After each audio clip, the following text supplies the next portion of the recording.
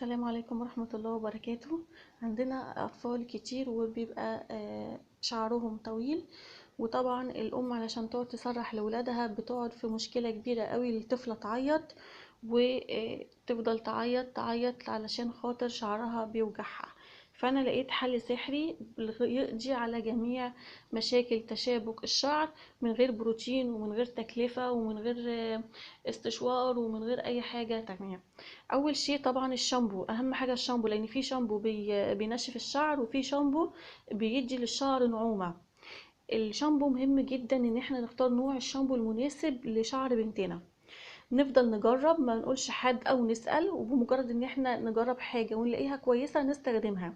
ما نحط الشامبو كتير جدا على فروه الشعر، لان هو زي ما هو يعني بيخلي الشعر كويس، زي ما هو كمان بيأذي الشعر. في حاجة كمان مهمة جدا، ولا نحط كريم ولا نحط زيوت، هو السيرم ده مهم قوي للشعر.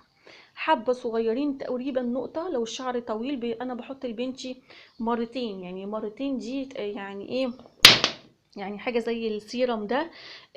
انا بحطه لبنتي مرتين، مرة اضغط كده ومرة اضغط كده، وهي اصلا شعرها طويل ومتعب يعني. فهو ده اللي انا بستخدمه، السيرم لقيته حل كويس جدا علشان نقضي على مشكلة التشابك. الشامبو مهم لانه بينعم الشعر وبيديه يعني بيبقى طري، فبيساعد طبعا ان انت لما تيجي تسلكي شعر بنتك وهو مبلول، بيساعد طبعا ان انت بتبداي تفكي التشابك والبنت ما بتعيطش. في حاجتين تانيين مهمين قوي. الفرشة، شايفين الفرشة دي؟ الفرشة دي كارثة، كارثة على كل الناس وبالذات الأطفال الصغيرين. دي سنونها طويلة قوي قوي قوي. بصوا، طبعا لو عملتش كده هتحس انها طرية، وانا اخترتها عشان هي طرية، لكن هي وحشة قوي في الشعر قوي يعني. شوفوا هنا حضراتكم